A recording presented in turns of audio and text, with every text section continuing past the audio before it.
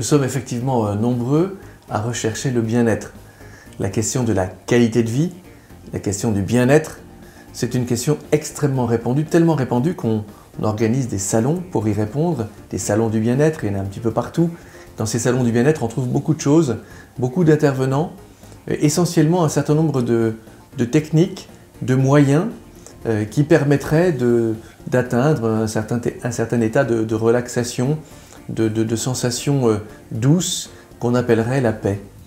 Dans ces salons du bien-être, on trouve aussi, de manière beaucoup plus prosaïque, des stands de charcuterie, de fromage ou encore de bons vins qui permettent aussi d'agrémenter la vie.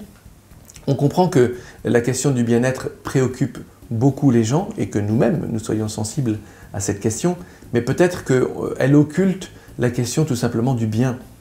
Qu'est-ce que le bien? Qu'est-ce que bien vivre finalement? Avant de se sentir bien, est-ce qu'il n'y aurait pas aussi la question du bien tout court? Qu'est-ce qui est bien et qu'est-ce qui fait du bien? Je pense que ce que l'Évangile nous apporte, ce que le Christ nous apporte, c'est qu'on ne peut pas se sentir bien sans avoir cette préoccupation de la dimension transcendante de notre vie. Alors, ce mot, c'est un peu un gros mot, mais en gros, c'est se dire quel est le sens de notre vie. Et voyez, les techniques qu'on trouve dans les salons du bien-être nous montrent bien qu'il y a une grande quête de sens aujourd'hui. Qu'est-ce qui peut me donner le bonheur?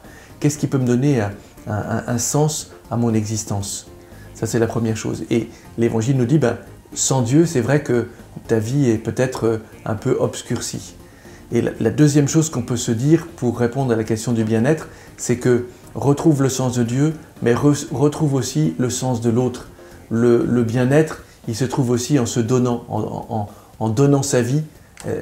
La question du bien-être, elle trouve sa réponse à travers le service, le don total et sincère de soi-même. Vous voyez, ce sont des pistes qu'on peut trouver dans l'Évangile et qui nous évitent de nous centrer uniquement sur nous-mêmes, même si on comprend bien que ce soit une question légitime.